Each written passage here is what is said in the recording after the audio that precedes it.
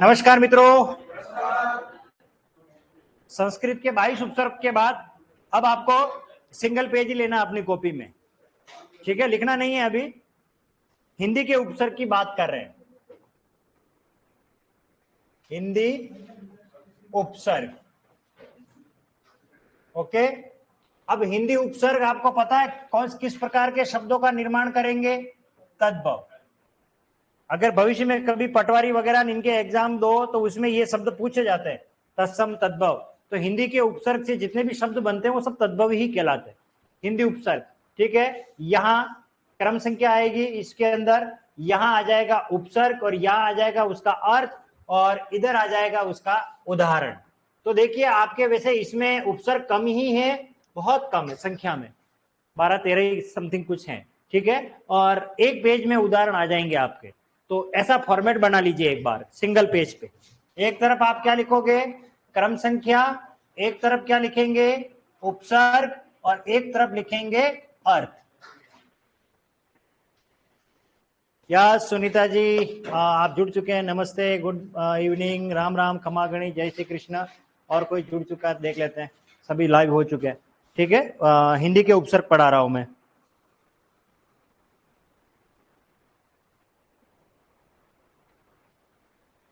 और कौन कौन से उपसर्ग है इसमें एक बार मैं लिख देता हूं, क्रम संख्या आप देख लेना।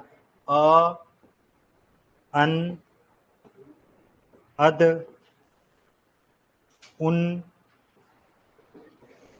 ओ, नी,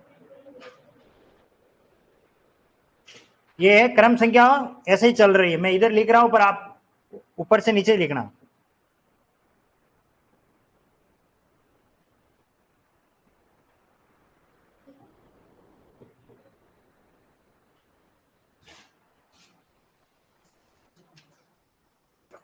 देखो पहले समझ लीजिए, अ, अन, अध, उन, औ, नी, बिन, भर, चौ, टी, दू, पर, स, ये उपसर्ग है।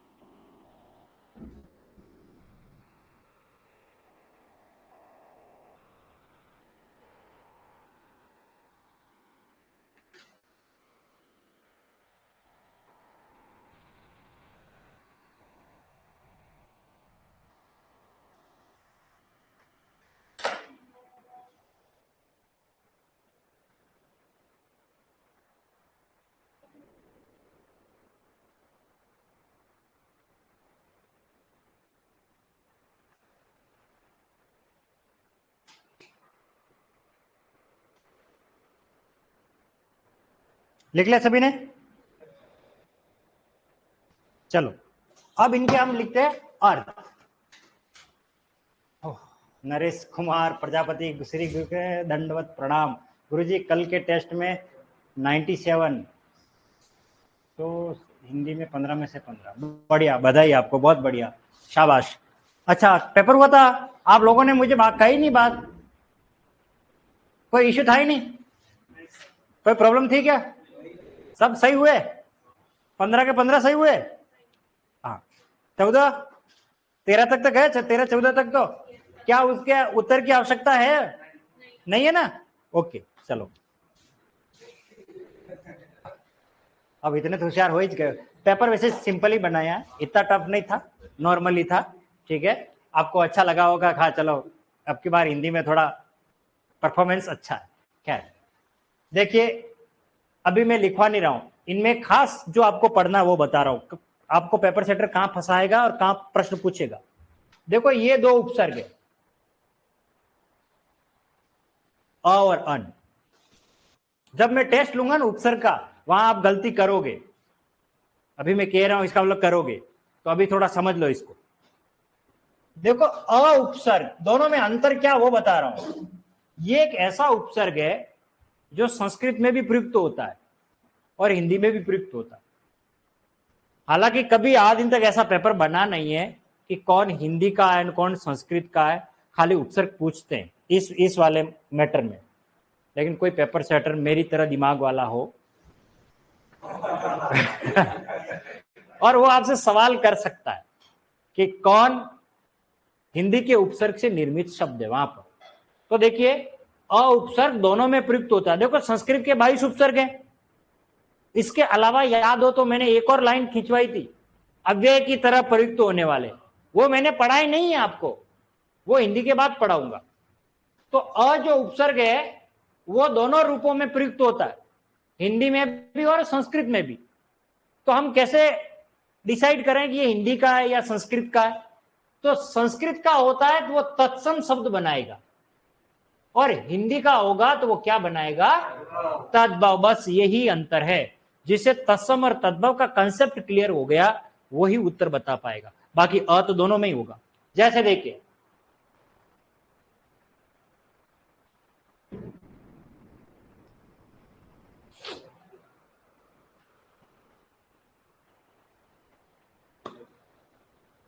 एक शब्द है अमर्त्य, ये नहीं ज्यादा समझ में आ रहा तो मैं एक अभाव, भाव मूल शब्द है, अ उपसर्ग लग गया, अभाव है भी कमी, ठीक है। अ उपसर्ग, भाव शब्द संस्कृत का, भाव शब्द किस भाषा का है? संस्कृत का है, वो हिंदी में हमने एक्सेप्ट कर लिया। तो तत्सम शब्द वैसे के वैसे हिंदी में हमारे क्लियर हो गए, ऐसे कैसे ले लिए। लेकिन ये लग यानी लगना, जो लगा हुआ नहीं हो उसे हम कहते हैं अलग। जैसे मैं आपसे अलग थोड़ी हूं क्या, जो आप मुझसे बात नहीं बताओगे, मैं आपके साथ ही हूं।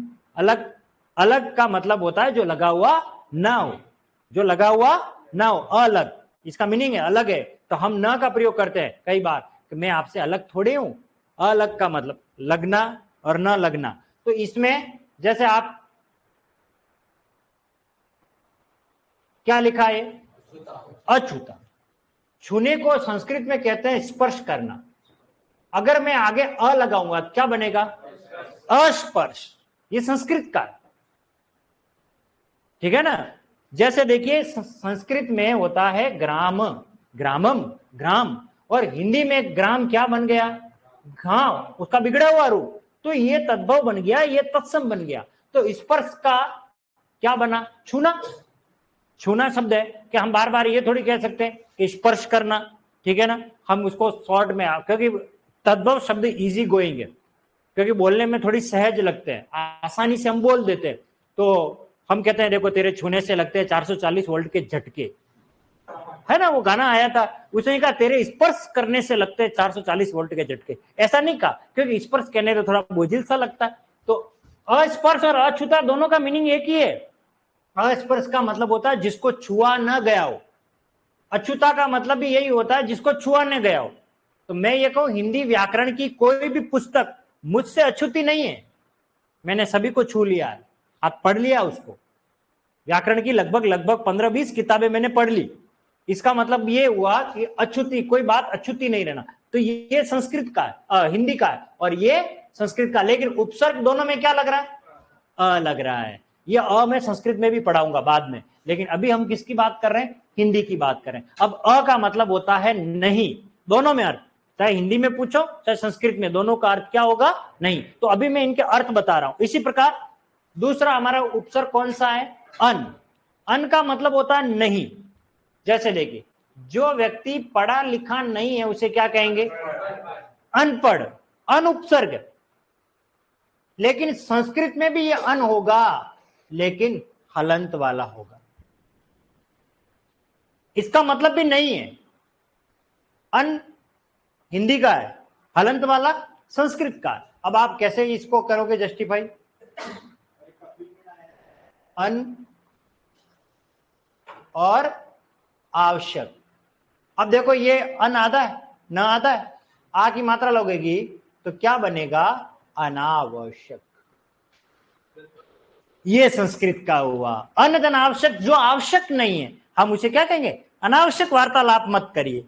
अनावश्यक, जो आवश्यक नहीं है। अब आपको क्लियर हो गया? तो अन, ये देखो, ये अनपढ़ में अन पूरा है। अब यहां आप हलंत वाला अगर कर दोगे तो इधर पढ़ लिख दोगे, तो इस हिसाब से तो ये अनपढ़ यूं बन जाएगा, क्योंकि ये तो आधा है ना। पूरा कब बनता है? जब कौन आ जाता है? स्वर आ जाता है। तो जहां जहां ऐसा दिखेगा वहां स्वर मिलेगा, और स्वर मिलने के बाद अगर न पूरा बन रहा है तो वो आपका संस्कृत का होगा। बात समझ में आ गई? दोनों का मीनिंग सम है। मैं टेस्ट लूंगा, आप गलती करोगे। अगर ये समझ में आ गया तो गलती नहीं करोगे। चलिए, तो वापस आते हैं, अपन बैक आते हैं। अ का अर्थ लिखिए नहीं। अ का अर्थ क्या होगा? नहीं। अन का अर्थ लिखो नहीं। अन यानी बिना, नहीं या बिना, दोनों भी सही है।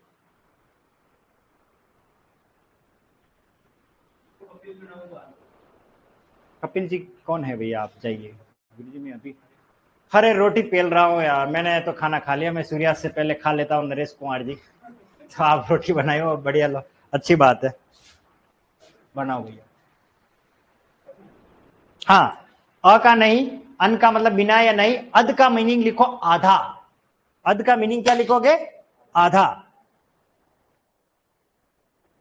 अध का मीनिंग आधा। अगला क्या है? हा? उन का मतलब लिखो एक कम।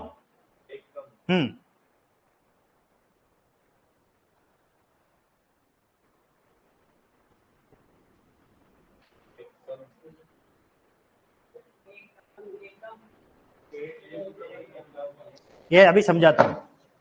मुझे पता है गलती करेंगे। अपने क्या है, संस्कृत में गिनती आती है, ऐसे बोलते हैं हिंदी में, एकम, बीज, तीज, सौत, पासम, ऐसे हमारे इधर बोलते हैं। पाचम, छठ, सातम, छठ पूजा, एकम। ये वो एक कम नहीं है। ये वो एक कम नहीं है जो एक कम ऐसे लिख रहे हो, वो इस तरीके से एक कम ऐसे लिखना है। किसी ने ऐसा नहीं लिख दिया एक कम, लिख लिया एक कम। अब ये एक कम का कंसेप्ट क्या, पहले वो समझा देता हूं, फिर उदाहरण बाद में और पढ़ेंगे। जैसे देखो, यह है 30, ठीक है ना? अगर मैं ये कहूं 30 में एक कम, 29, शाबाश। उसे क्या कहेंगे हम? 29। इसको क्या पढ़ेंगे हम? 29 को पढ़ेंगे 30 में एक कम। 30 में एक कम। तो ऊन का मीनिंग क्या हुआ? एक। ये वो ऊन नहीं है जिसकी स्वेटर बनाते हैं आप लोग, स्वेटर, वो ऊन अलग है। ये ऊन है, ये उन लोगों की बात है। वो उनको समझ में आया जो ऊन बेचते तो ये समझ में नहीं आएगा, उन की बातें, ठीक है ना? तो अभी फिलहाल इतना ही लिखना, एक कम। अगला क्या आ गया? ओ। अब थोड़ा समझ जाओ, अगर कोई अच्छा पेपर सेटर है तो वो यहीं से प्रश्न पूछ सकता है। कैसे पूछेगा? देखो, संस्कृत में मैंने 22 उपसर्गों में आपको क्या पढ़ाया? अव पढ़ाया। अव का मतलब क्या होता है? नीचा, बुरा, हीन के संदर्भ में, जैसे अवगुण। याद आ रहा है आपको? अब जो संस्कृत में था वो हिंदी में ओ बन गया है। अब कैसे देखिए, भगवान इस धरती पर कभी कभी क्या लेते हैं, अवतार। ये संस्कृत का है, लेकिन अपने क्या अवतार नहीं बोलते हैं। कई कई बार लोग बोलते हैं अवतार, क्या कह देते हैं, अवतार लिया है, अवतार। और कई बार वो ये बोलते हैं अवसर, और अवसर को बोलते हैं अवसर। अवसर को क्या बोलेंगे, अवसर। अवसर बोले, ये अवसर था, अच्छा अवसर था, उसके अवसर पर मैं गया। तो ये तद्भव शब्द, बिगड़ा हुआ रूप है। तो यहाँ ओ दिख रहा है, ये अव का ही काम कर रहा है, लेकिन ये हिंदी में है, इसलिए इसको ओ के रूप में लिखे। इसका अर्थ लिखो, उदाहरण हम बाद में पढ़ेंगे। अर्थ लिखो इसका, ओ का बुरा।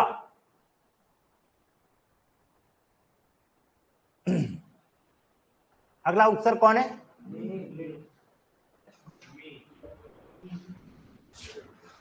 क्या कहते हैं, मेरी दीदी बोलती है ऐसा, आज का क्या अर्थ है, क्या मुझे पता नहीं क्या लिख रहे हैं आप, ये क्या कमेंट कर। हाँ छोड़ो, नी। अगला अगला उपसर्ग कौन सा बेटा हमारा, नी। इसका अर्थ लिखो विपरीत।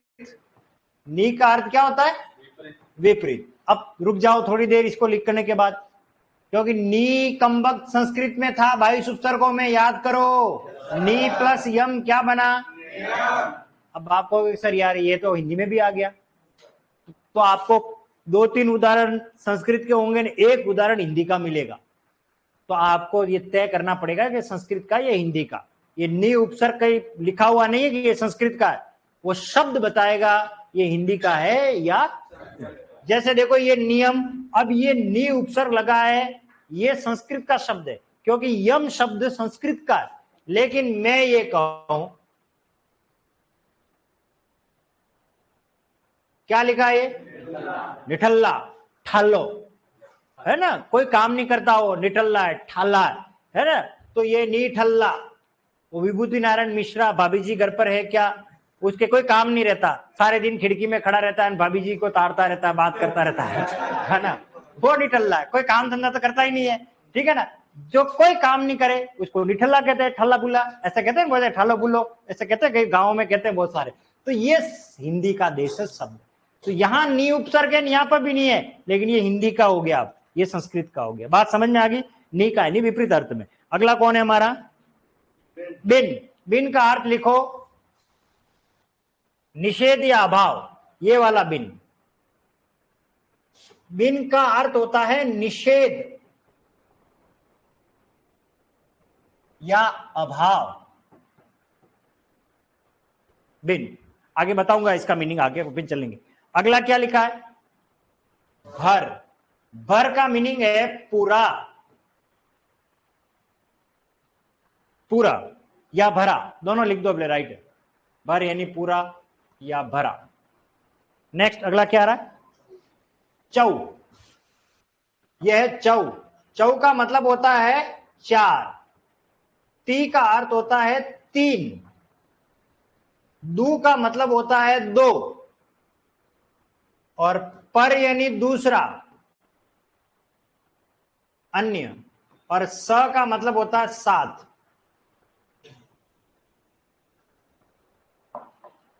अरे नी का अर्थ विपरीत, नी का अर्थ अभी तो पढ़ाया नहीं, कहां ध्यान दे रहे हो रे।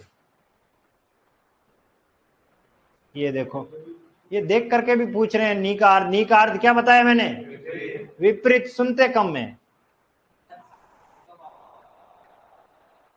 तत्सम तद्भव, ओके चलो, मैं कहां पढ़ा रहा था, किधर गया, ये रहा, देखो। तत्सम शब्द होते हैं संस्कृत के, प्योरली संस्कृत के होते हैं।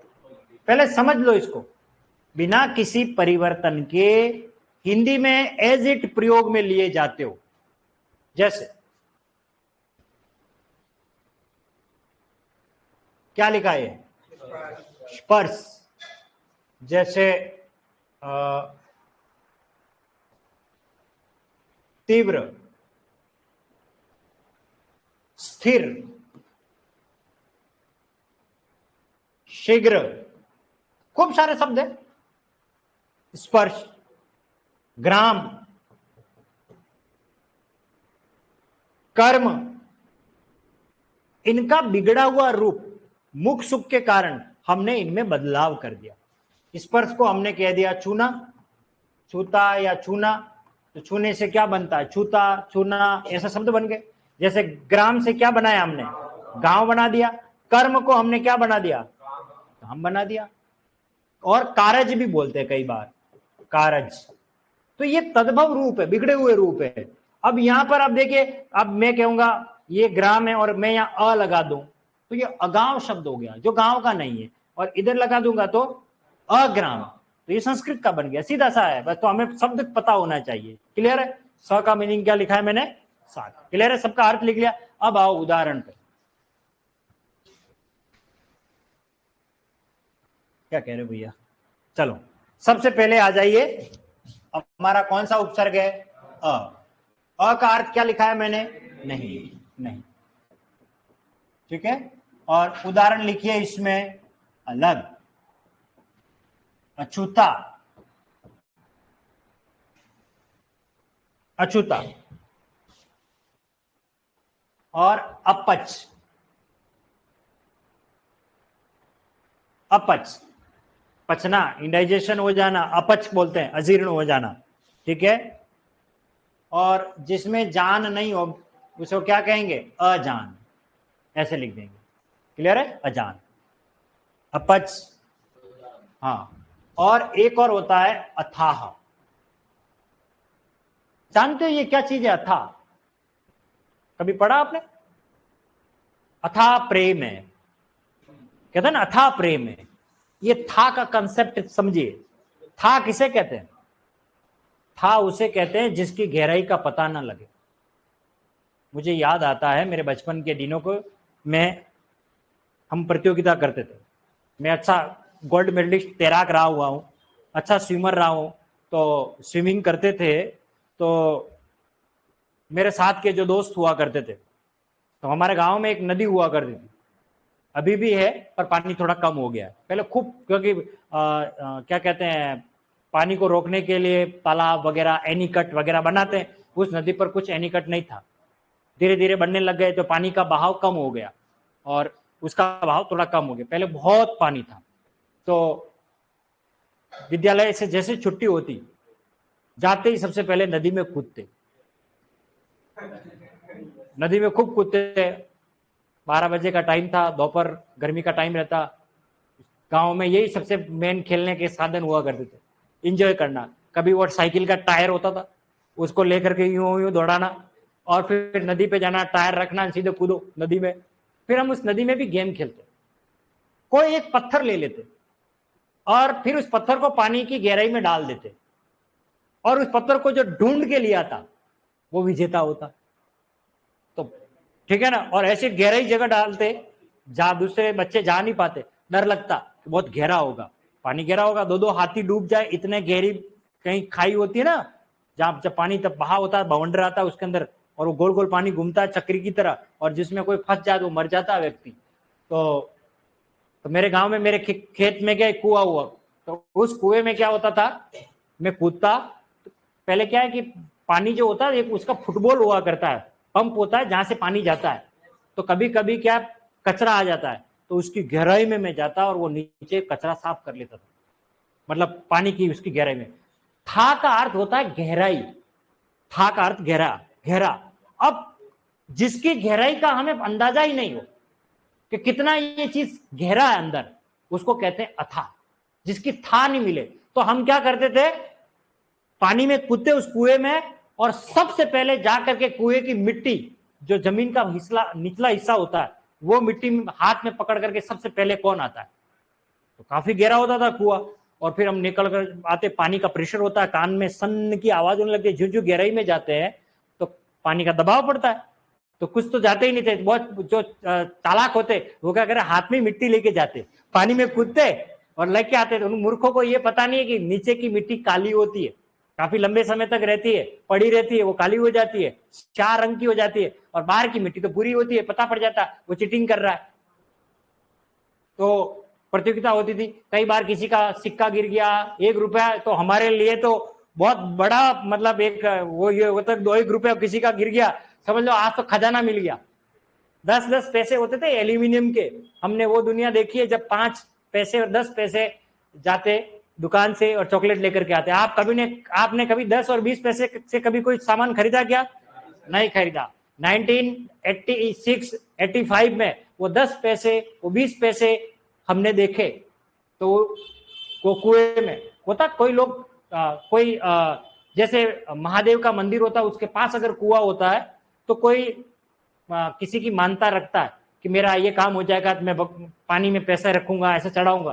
तो हमारे गांव में क्या होता, किसी किसी की फरमाइश पूरी हो जाती थी, इच्छा पूरी होती, तो कोई वो 1 रुपया डालता, कोई 10 पैसे का सिक्का वो डाल देता। वो पैसे अंदर कुएं में इकट्ठे होते, किसी में सामर्थ्य नहीं वो अंदर जाए। हम लोग क्या करते थे, क्योंकि मेरे को तैरना आता, मैं कुएं में कूदता, पर वो क्या कहते, वो पैसा लाना नहीं चाहिए, वो भगवान को अर्पित किया हुआ।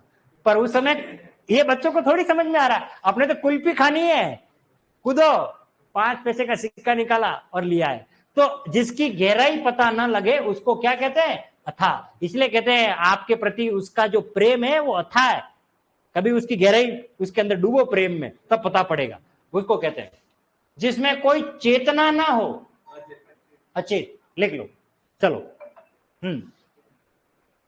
नेक्स्ट, अगला क्या है, अन। अगला है अनुपसर्ग। अन का अर्थ क्या लिखा है मैंने, बिना। ठीक है, जो पढ़ा लिखा नहीं है उसे क्या कहेंगे, बिना पढ़ा हुआ, अनपढ़, है ना, अनपढ़। आसमान में तारे कितने के हैं, अनगिनत। अरे अनगिनत, जिसकी कोई गिनती हो सकती है क्या, नहीं, अनगिनत। और अगर पति पत्नी में झगड़ा हो जाए तो दोनों में क्या हो जाएगा, अनबन, अनबन, अनबन हो जाएगा। ठीक है ना। और कोई काम हो नहीं और फिर उसको अचानक हो जाए तो क्या कहेंगे उसे, अनहोनी। उसे क्या कहेंगे, अनहोनी। अनहोनी, कभी सुना आपने अनहोनी? हाँ, मुझे याद आता है एक मूवी है, अमर अकबर एंथोनी, अमिताभ बच्चन है उसमें, विनोद खन्ना है और ऋषि कपूर है। बहुत पुरानी मूवी है, मेरे दुनिया की, यूं कह सकता हूं। उस मूवी में एक गाना आता है, उसमें ये अनहोनी है, अनहोनी को होनी कर दे, होनी को अनहोनी, एक जगह जमा हो तीनों, अमर अकबर एंथोनी। ये गाने की टेग लाइन है, कभी सुनना, गूगल पे सर्च करना, यूट्यूब पर, ठीक है ना, अमर अकबर एंथोनी, वहां अनहोनी शब्द मिलेगा, अनहोनी। तो ये होता है, एक शब्द होता है अनहोनी। अगला लिखिए इसी के अंदर, अनजान। अनजान, अनजान शख्स से बात नहीं करना। अनजान शख्स कभी कुछ देवे तो खाना नहीं चाहिए, ऐसा कभी सुना आपने? हाँ, ये भैया कौन है, ये रविंद्र जी, ये असफल, असाध्य नहीं लिखना हमें। ये सारे शब्द संस्कृत के, असामाजिक ये भी संस्कृत का, अशुभ है ये भी संस्कृत का, इसलिए नहीं पढ़ा रहा हूं मैं, हिंदी के पढ़ा रहा हूं, हिंदी उपसर्ग में लिखना इनको, ठीक है ना। अनजान आदमी हमें कुछ देवे तो खाना चाहिए क्या, नहीं खाना चाहिए। लेकिन अनदेखी अनजानी सी पगली सी दीवानी सी, है ना, तो लिखो अनदेखा अनजाना, अनदेखी अनजानी सी पगली सी दीवानी सी, वहां अन उपसर्गी है, अनदेखा अनजाना, है ना। अनमेल, एक और लिखो, अनमेल। ये क्या मीनिंग है भैया इस अनमेल का, जिसका कोई मेल नहीं हो, 60 साल का बुड्ढा और कहीं 18 साल की लड़की से शादी कर ले, तो क्या ये मेल है, विवाह है? अरे विवाह तो फीमेल ही है, परंतु मेल खा रहा है क्या, नहीं खा रहा, उसको कहते हैं अनमेल विवाह। अब समझ आ गया, जिसका कोई मेल ना हो, ठीक हो। अगला अनमेल लिख दिया, अगला लिखो उपसर्ग कौन सा हमारा, उन। कौन सा है, ऊन, ओ सॉरी,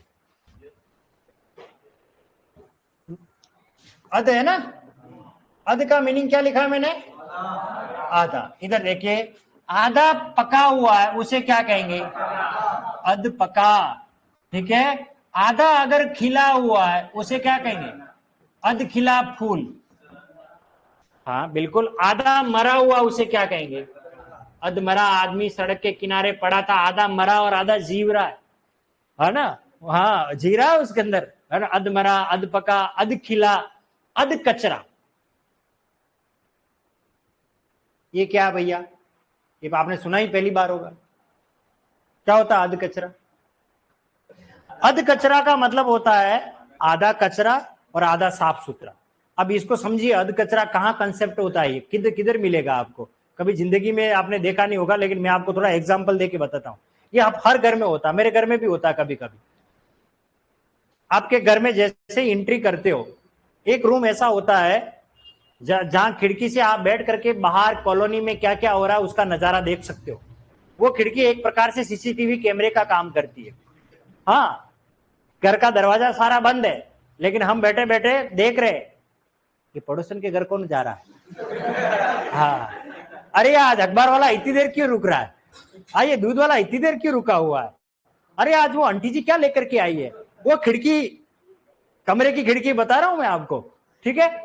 अब होता क्या है कि घर के सारे बच्चे कहीं स्कूल चले गए, हस्बैंड कहीं काम पे चले गए, पीछे रहती है बेचारी मम्मी, वही घर का काम संभालती है।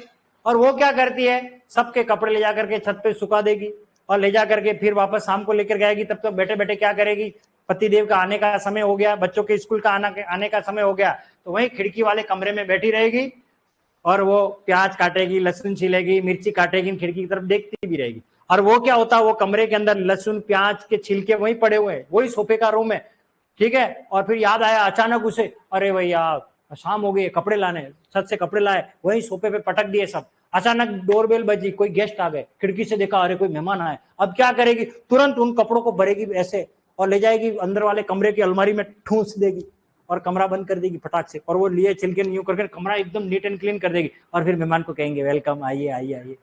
फिर वो मेहमान देखते, वाह यार घर तो बहुत अच्छा बनाया, ठीक है। फिर वो मेहमान कहते हैं चलो अंदर चलते, दिखाते। फिर वार्डरोब वगैरह सब देखती, अच्छा वार्डरोब भी बना रखी है। जैसे ही वार्डरोब खोले और उसके ऊपर बेचारे के कपड़े गिरे हुए इतने सारे, तब बाहर तो बहुत साफ सुथरा, अंदर अस्त व्यस्त अगर होता हो, ऐसी जहां सिचुएशन बनती है उसको बोलते हैं अध कचरा। उसको क्या बोलते हैं, अध कचरा। क्लियर? चलो, अध सीजा, हाँ भैया अध सीजा, आधा सीजा, आधा पक्का, ऐसे खूब सारे शब्द बनेंगे। चलिए, अध अध पढ़ रहे थे तो अध पका, अध मरा, अध खिला, अध क्या बोलते हैं, अध कचरा, सारा लिख दिया। अगला उपसर्ग बोलिए कौन सा हमारा, ऊन। ऊन का मतलब होता है एक कम, एक कम।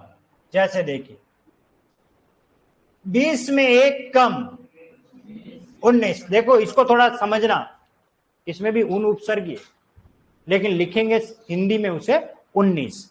याद रखना, इसका विग्रह होगा 20 में एक कम। 30 में एक कम क्या कहलाएगा, 29। 40 में एक कम 39 नहीं होगा। यही गलती करते लड़के, और क्या बनेगा, 39। 39 होता है। हम 40 में एक कम 39 बोलते हैं, पर 39 नहीं होता, 39 होता है। 50 में एक कम 49 अगर कह रहे हो तो गलत है, 49 लिखते हैं। ये देखो कौन लड़का था जो कह रहा है हिंदी में कैसे लिखते हैं, ये ऐसे लिखते हैं 49। लेकिन देखिए हम कभी 49 नहीं लिखते। मुझे याद है मैं एमए फाइनल, ज्यादातर कॉपी आती थी हिंदी की, तो मैं चेक करता था, तो सबसे पहले मैं उसी लड़के की कॉपी चेक करता जिसके लास्ट में रोल नंबर 49 होते थे। क्यों?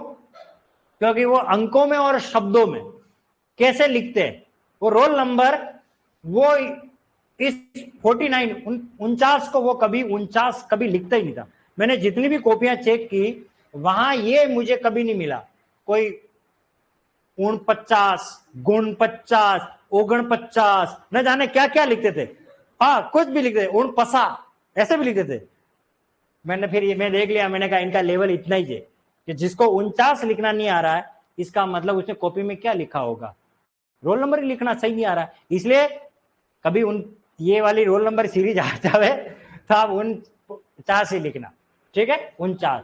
अब बताओ 60 में एक कम 59 नहीं, 59 होता है। याद रखना, 60 साल जब हो जाता है तो सरकार भी मानती है आदमी रिटायर हो गया। 60 यानी सठिया जाना, जिसकी बुद्धि सठिया गई हो, ये 60 साल के बाद इसको पता ही नहीं पड़ेगा, इसलिए भेजो यहां से, ठीक है। हम तो 49 लिखते हैं, बहुत बढ़िया भैया, शाबाश, अच्छी बात है सर। आज क्लास ज्वाइन करने में मैं लेट हो गया। अरे भाई लेट हो गया कोई बात नहीं, अभी पढ़ो जहां जितना है। 60 में 70 में एक कम 69, ये आएगा 69 लिखेंगे, 69 नहीं 69। याद करिए वो मूवीज 786, हाँ 72 सिंह, 73 सिंह, 74 सिंह, वो 70 है, 70 शब्द याद रखना। ठीक है, चलिए अगला उपसर्ग बोलो। ओ, ओ का मतलब होता है बुरा, ओ यानी बुरा, ठीक है, वो बुरा के रूप में।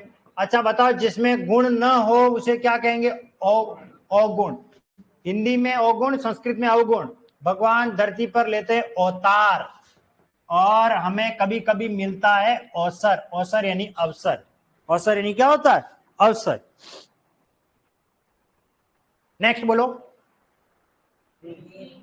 हाँ, नी, और नी में लिखिए निकम्मा।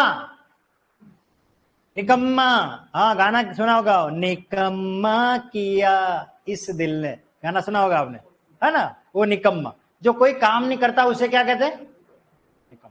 देखिए ये गाने में हमारे हिंदी के कितने शब्द आते हैं, हमें पता ही भी नहीं। अभी खूब आपको सुनाऊंगा, खूब गाने सुनाऊंगा, अरबी फारसी सुनाऊंगा तब। ठीक है, लिखो निठल्ला। निठल्ला। निहत्था, बताओ निहत्था का मीनिंग क्या होता है? जिसके हाथ में कुछ नहीं हो, है ना? निहत्था, नहीं लड़ाई करता मैं, निहत्था। नेक्स्ट, और आगे लिखो निपुता। ये थोड़ा लिखना जरूरी है आपको, निपुता, ये पूछेंगे आप।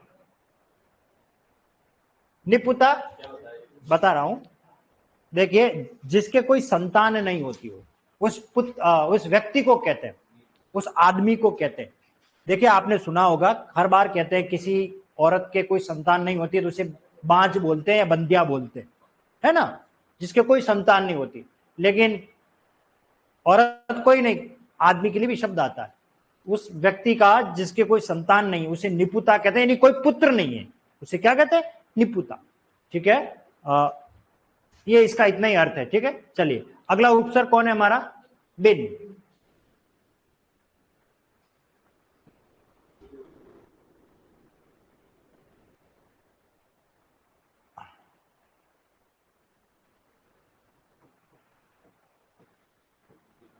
क्या लिखा है? बिन बुलाया। इसका मतलब जिसको बुलाया नहीं गया है फिर भी आ गए।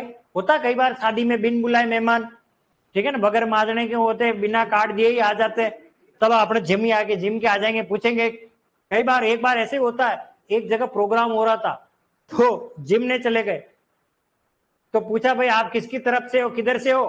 तो बोले कि मैं लड़के वाली की तरफ से हूँ, ठीक है ना। और वो पूछा तुम किसकी तरफ से हो, कि मैं लड़की वाली की तरफ से हूँ। बोले कि यहाँ तो भाई 12वें का प्रोग्राम हो रहा है ना तो लड़का वाला है ना लड़की का। तो कई बार जानकारी पता करनी चाहिए प्रोग्राम है किसका, और ये खाली कह देते हो बिन बुलाया, तो ऐसा ही होता। ठीक है, अगले लिखिए बिन फेरे हम तेरे। आप तो खाली लिखो बिन फेरे, बिना फेरों के ही। हाँ, बिन ब्याह, बिना शादी के ही। हाँ बिन ब्याह, नहीं तो बिन ब्याह रह जाएगा, नौकरी नहीं मिलेगी तो, है ना, छोरी भी नहीं मिलने वाली। बिन ब्याह, हाँ, बिन देखे बिन समझे बिन सोचे दिल दे दिया। हाँ, बिन देखा बिन समझा बिन माने, ये वही है बिन। ठीक है ना, बिन बुलाया, बिन तेरे, ठीक है ना, हम तेरे, बिन फेरे, बिन ब्याह, बिन देखा, बिन समझे। ठीक है ना, लिख लिया? ओके, चलो नेक्स्ट बोलिए। भर। भर का लिखिए भरपेट। अब 2 मिनट रुक जाना, ये आपको परीक्षा में पूछेंगे दोनों। भरपेट और पेट भर में क्या अंतर है? भरपेट का अर्थ है आवश्यकता से अधिक।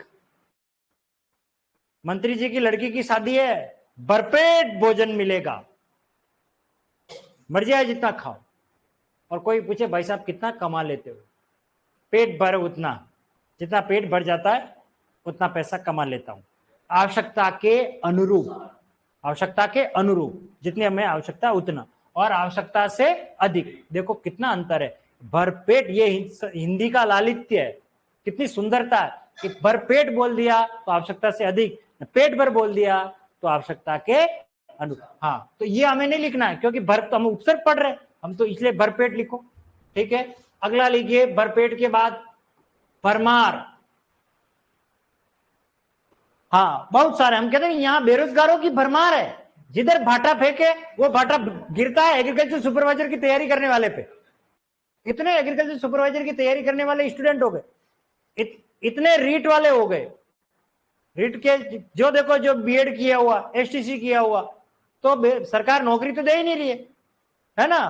हर दूसरा आदमी बीएड एसटीसी धारी है, हर तीसरा आदमी एमबीए, हर दूसरा तीसरा कौन है, हाँ ये बीसीए, एग्रीकल्चर सुपरवाइजर। आप तो फिर आरएस हो। हाँ, हर दूसरा आदमी आरएस है यहाँ, ठीक है ना। तो भरमार है, बेरोजगारों की क्या है, भरमार है। और हिंदी पढ़ोगे तो भरपूर आनंद आएगा, भरपूर भरपूर भरपूर। मैं भरसक मेहनत करूंगा, भरसक भरसक। एक और लिखो भरकम,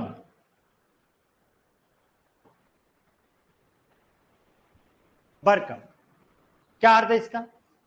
एक मजदूर काम कर रहा है, बोले तगारी में कम भर, भर कम, भर कम, कम भर, मैं इतना तोड़ नहीं सकता, ये वो भरकम नहीं है। भरकम का अर्थ होता है बहुत ज्यादा भारी के रूप में। आपने लाफ्टर शो वाली भारती को देखा होगा, भारी भरकम है वो, अगर वो चले तो टाइलें टूट जाए। किसी किसी में 80-90 किलो वजन होता है, वो चलता है ना तो इतना वजन जमीन भी सहन नहीं कर पाती, खड्डा पड़ जाता है, होता है। कभी आपने देखा होगा ये सुमो पहलवान, देखे आप जापान में ज्यादातर, और ये बड़े, ठीक है ना, वो चल ही नहीं पाते, वो चले उससे ज्यादा तो उनकी तोंद हिलती है ना, इतनी बड़ी तो तोंद होती है, उसके ऊपर टेबल की जरूरत नहीं है, उसी के ऊपर वो कप प्लेट रख दो, है ना। ऐसे भारी भरकम के लिए होता। तो मैं इस भारी भरकम को और एक्सप्लेन करता हूं, मुझे याद आता है, मुझे बहुत अच्छी कहानी याद आती है। कहानी क्या है, वास्तविक बात है। मेरा एक फ्रेंड हुआ करता था 7th क्लास में, वो गाने गाने का बड़ा शौकीन था, खूब गाना गाता था, पर वो एक ही गाना गाता था। क्या गाना गाता था? जाने जिगर जाने मन, मुझको है तेरी कसम, तू जो ना मिली मर जाऊंगा मैं सनम। ये गाना गाता था वो। ये गाना गाते गाते कॉलेज में पहुंच गया, और इतनी बार वो, पता है, कभी कभी कोई टीचर पढ़ाने का मूड में नहीं होता मन, तो उनको कहता चलो नारायण खड़ा हो जा, गाना गा दे, और वो फिर वही एक गाना शुरू हो जाता। तो वो एंटरटेनमेंट था हमारा। देखिए बेचारा, ये एंटरटेनमेंट हुआ करता। वो कॉलेज में पहुंच गया, उसने 7th क्लास से उस गाने को इतनी बार गाया, उसकी आवाज इतनी शानदार हो गई कि सुनने का मन करता था। तो ऐसे ही कॉलेज में उसने गाना गाया, तो उस गाने को एक लड़की को पसंद आ गया। हाँ, उस लड़की से उसकी शादी हो गई, लड़की ने उसको प्रपोज कर लिया। हाँ, आप गाना मत गा लेना कहीं। और उसकी शादी हो गई। शादी के 10 साल बाद, कितने साल बाद? हाँ, वो बहुत दुबला पतला था, और उसकी पत्नी जो थी, उसकी शादी में मैं गया था, वो भी बहुत दुबली पतली थी, यानी कि पेंसिल जैसी। हाँ हाँ, शादी हो गई। 10 साल बाद मुझे एक मॉल में मिला वो, मॉल में। कहाँ मिला? और मॉल में 1 माला 2 माला ऐसा वो सामान तोड़ते रहते हैं, तो उसकी पत्नी है वो सामान फेंक रही है, सामान फेंक रही है, कभी कोलगेट फेंक रही है, कभी लक्स साबुन फेंक रही है, और वो भाई साहब कैच कर रहे हैं, टोकरी में डाल रहे हैं, हाँ सर्फ आने दो, हाँ बिस्किट आने दो, हाँ मैगी आने दो। ऐसे वो भर रहे, और बेचारा गाना गा रहा, और गाने भी वही है, वही गाना, और टोन बदल गई उसकी, बस उसकी थीम बदल गई, और वो गाना गा रहा, जाने जिगर जाने मन, 90 किलो तुझ में वजन, तू जो गिर जाएगी मर जाऊंगा मैं सनम। वो कहलाता भारी भरकम। वो क्या कहलाता है? भारी भरकम। ये ध्यान रखना, भारी भरकम बहुत वजनदार मेरी तरफ, ठीक है ना? हाँ चलो नेक्स्ट बोलो। हाँ, चौ यानी क्या होता है? चार। ये देखिए, चार राहों का संगम चौराहा, चार रंगों वाला चौरंगा, और ई लगा दोगे तो चौरंगी, चौरंगी, ठीक है, चौरंगी, चौरंगा। और चार गुणा होता है उसे क्या कहेंगे? चौगुणा, ठीक है, चौगुणा, ठीक है। चारों कोनों वाला क्या कहलाएगा? चौकोर। क्या कहलाएगा? चौकोर। चौमुख, हाँ, चौमुहा, चौमुखा, जिसके चार मुख हो, ठीक है ना? आगे लिखिए, चौकोर, चौरा। चार मासों का समूह चौमासा, लिखो चौमासा, चौमासा। अगला लिखो चौपड़। चौपड़ का मतलब बताओ। अरे ये वो चौपड़ नहीं है मम्मी, रोटी चौपड़, थू खान मुई खाऊं, वो चौपड़ ये नहीं है। अरे ये होती है चौपड़। कभी आपने देखा चौपड़ पासा गेम? वो पढ़ नहीं है वास्तव में, वो फड़ है। आपको फड़ नहीं लिखनी है। पहले जमाने में कपड़े के ऊपर अपनी कोर होती है, कोर साड़ी के नहीं लगाता है, उस कोर को लगा करके उस लूडो गेम खेलते ना, वैसा एक चार कोण का फड़ बनाया जाता था। उसको कहते थे चौपड़, अर्थात जिसकी भुजाएं समकोण पर काटती हो उसको कहा जाता है। आपको पता हो हमारे जयपुर में बड़ी चौपड़, छोटी चौपड़, वो इसी से बना है। विद्याधर भट्टाचार्य वास्तुकार रहे हुए ना, हाँ, जो ग्रिड प्लान पर जयपुर विकसित हुआ। ग्रिड प्लान का मतलब होता है कि हरियाणा, जयपुर, ये सारे ग्रिड प्लान के अंतर्गत आते हैं, और इनकी सभी सड़कें ज्यादातर समकोण पर काटती है। ऐसे नहीं है कि कर्व है, कहीं टेढ़ा मेढ़ा है, कहीं इधर जा रही है, कहीं इधर जा रही है। वेल प्लानेड सिटी जिसको कहा जाता है वो यही है। तो हमें ज्यादा उलझना नहीं है। चौपड़ का मतलब होता है चार फड़ जहां आ जाए, मिल जाए, उसे चौपड़ कहते हैं। लेकिन मामला वो पढ़ का नहीं है, वो फड़ है। और आपने देवनारायण जी की फड़, बाबू जी की फड़ पढ़े होंगे जीके में शायद, तो लिख दो आप चौपड़। अगला लिखो, कौन सा उपसर्ग है हमारा? ती। ती का मतलब क्या होता है? तीन गुना। लिखो तिरंगा, तिरंगा। तिगुना, तिपाई, ऐसा लिखना है, तिपाई। अब इसको समझ जाओ, ये तिपाई का मतलब क्या? आपने कभी भोलेनाथ के मंदिर में गए हो और इस तरीके का एक स्टैंड होता है और इसके ऊपर एक मटका रखा रहता है और वो बूंद बूंद पानी गिरता रहता है, कभी देखा ऐसा? वो उसके तीन पैर होते हैं। कितने पैर होते हैं? जिसके तीन पैर हो उसे तिपाई बोलते हैं। थ्री स्टैंड, तीन पैर वाला, वो तिपाई है, ठीक है, तिपाई। अगला लिखो इसमें तिराहा, जहां तीन रास्ते मिल जाए। तिगुना लिख दिया, तिकोना। तिरंगा, तीन रंगों वाला क्या कहलाता है? तिरंगा। नेक्स्ट अगला उपसर्ग आ जाओ, दू। दू का मतलब दो, लिखो दुगुना, दुगुना, दो गुना। दुगुना का मतलब क्या होता? दुगुना उत्साह के साथ हमें आगे बढ़ना है। अगला लिखो दुलत्ती, दुलत्ती।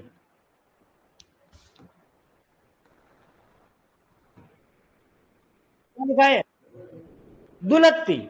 ये दुलत्ती का मतलब है दो लात। कितनी लात? दो लात पीछे से पड़ जाए तो क्या होगा? आपको पता है गाय के कितनी लात होती है? किसने कहा आपको गाय के चार लात होती है? पैर चार होते हैं, लात तो पीछे। गाय कभी यू लात मारती है? बेंडो। हाँ? गधे के कितनी लात होती है? दो। घोड़े की कितनी होती है? दो ही होती है लात। अरे लात तो दो ही होती है। कभी चौलत्ती पढ़ा आपने क्या? हाँ, लात तो दो पीछे वाले पैर होते हैं, वही तो वो लात होती है। अपने इंसान के भी कितनी लात है? दो ही तो है। जिसके लात कितनी हो? दो हो, उसको दुलत्ती कहते हैं। अरे गाय के चार पैर है, तो वो आगे के दो पैर से लात मारती है क्या? ऐसी गाय बताओ यार कोई। हाँ, आप तो भाई पढ़ते होंगे ना पशुपालन में, पूछना मैडम को कैसी कोई लात है जो आगे भी पीछे भी दोनों तरफ से गाय बनी हो। मेरे ख्याल से तो नहीं है। तो मुझे बताइए गधे के कितनी लात होती है? दो ही होती है, तो उसको दूर लत्ती बोलते हैं। लात पीछे वाली होती है उसको ही बोलते हैं दूर लत्ती उसको। ठीक है, अगला लिखो दुमुआ।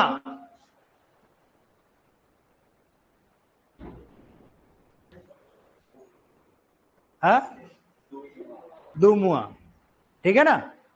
आपने कभी ऐसा सांप देखा होगा जो कभी आगे चलता है कभी पीछे चलता है? वो दम्बोई बोलते हैं उसे, लंबी दम्बोई जो भी है। तो पहले चल रहा है, आगे देखा ट्रैफिक जाम है, चलो पीछे, वापस पीछे चलने लग जाता है। जिसके मुंह कितने हो? दो, उसे दुमुआ बोलते हैं। उसे क्या कहते हैं? दुमुआ। अगला लिखिए दुधारू। हाँ,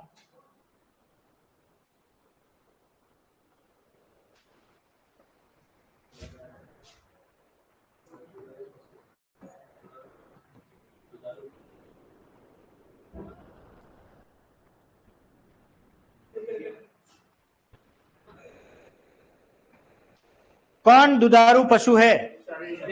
हाँ, उक्त सभी। ठोको, गलत। यही तो, ये है हिंदी का कमाल। आप तो पशुपालन में तो दुधारू ही लिखते हो, मुझे पता है। यहां दूध धारू से कंसेप्ट है जिसकी दो धार हो, और गाय के 4 थन होते हैं, भैंस के 4 थन होते हैं, लेकिन बकरी के कितने होते हैं? 2। इसलिए बकरी को दुधारू कहते हैं, जिसके 2 धार होते हैं। अर्थात नहीं, ऐसा कुछ नहीं है, उसे दुधारू, दूधारू, ठीक है ना, वो अलग है। दूध का कंसेप्ट है, ये 2 धार वाला है। बात समझ में आई ना? ये प्रश्न ट्रिक क्वेश्चन है। ट्रिक क्वेश्चन का मतलब इसमें आधी आबादी मर जाए अगर हिंदी वाले अगर प्रश्न में दे दिया जाएगा। वो ऐसे ही लिखो उक्त सभी, क्योंकि पशुपालन पढ़ के आए, ठोको। हमने बकरी का भी दूध पिया, गाय का भी पिया, भैंस का भी पिया, लेकिन दिमाग किसी से नहीं आया। दिमाग बकरी का, ये राइट। इसमें क्या होगा? बकरी। चलो दुधारू। नेक्स्ट, अगला फटाफट लिख लो, टाइम नहीं अपने पास। हाँ, पर का लिखो, पर पोता, पर सुख, पर दादी।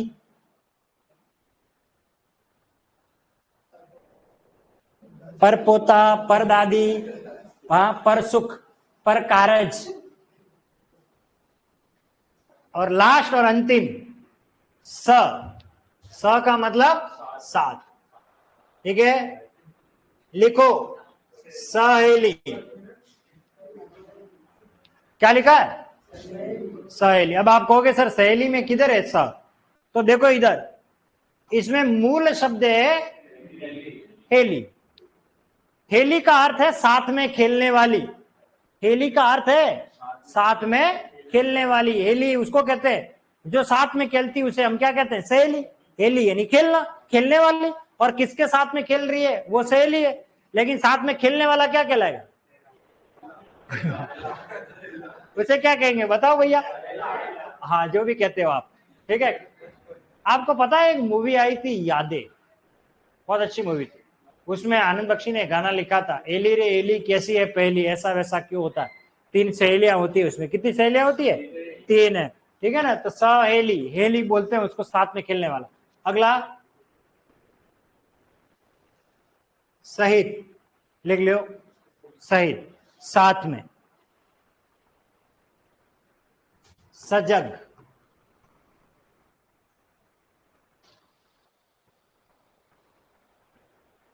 ओके, सजग, सावधान रहना। ठीक है, नहीं समास नहीं है, समदनास से बनता है। समास में तो सम उपसर्ग। क्लियर हो गया? सभी ने लिख लिया? ये आपके खास खास हिंदी के उपसर्ग। सज्जन, सज्जन में तो यह आएगा, सत आएगा। सत प्लस जन क्या बनेगा? बाकी कंफ्यूजन कहाँ है वो मुझे पता है, वो अभी संस्कृत के पढ़ाने बाकी है, उसमें खूब बताऊंगा। ठीक है, बाकी हम बात करेंगे अपनी अगली क्लास में। अरे संसार में सम उपसर्ग है, वो कल पढ़ेंगे अपन, क्यों टेंशन ले रहे हो।